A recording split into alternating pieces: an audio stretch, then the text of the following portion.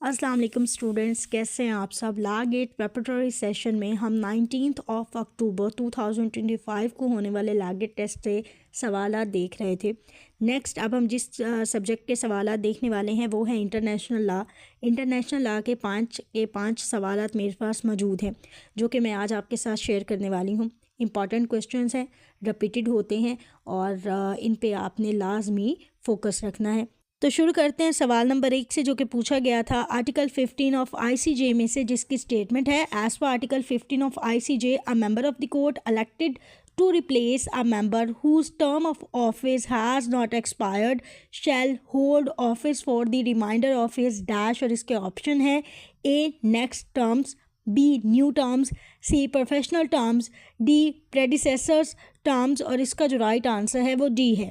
अगला सवाल जो कि पूछा गया था article 4(1) of United Nation charter में से, जिसकी स्टेटमेंट है as per article 4(1) of United Nation charter membership in the United Nations is open to all other dash states which accepts the obligations contained in present charter.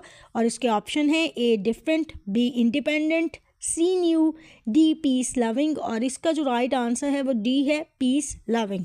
अगला सवाल जो कि article 24(1) of ICJ में से पूछा गया था, जिसकी स्टेटमेंट है as per article 24(1) of ICJ if for some special reasons a member of the court considers that he should not take part in the decision of a particular court he shall so inform the dash. और इसके option है A general assembly, B president, C security office, D secretary council. और इसका जो right answer है वो B है, president. Second last question जो कि पूछा गया था आर्टिकल 18(2) ऑफ यूएन चार्टर में से, जिसकी स्टेटमेंट है as per article 18(2) of UN charter decisions of the general assembly on important questions shall be made by a dash of the member present and voting. और इसके option है A majority, B whole, C 2/3, D 1/3।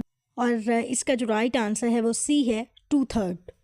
अगला और आखिरी सवाल जो कि पूछा गया था आर्टिकल 2(1) ऑफ यूएन चार्टर में से, जिसकी स्टेटमेंट है as per article 2(1) of UN charter the organisation is based on the principle of the dash of all its members. और इसके ऑप्शन है A majority, B democracy, C major equality, D sovereign equality. और इसका जो right answer है वो D है। तो ये वो तमाम सवालात थे जो कि इंटरनेशनल लॉ में से 19 अक्टूबर 2025 को होने वाले लॉ के टेस्ट में पूछे गए थे। इंतहाई इंपॉर्टेंट सवालात हैं और रिपीटेड क्वेश्चंस हैं। तो नेक्स्ट लॉ गेट के लिए आपने इन तमाम सवालात को अपनी तैयारी का हिस्सा रखना है।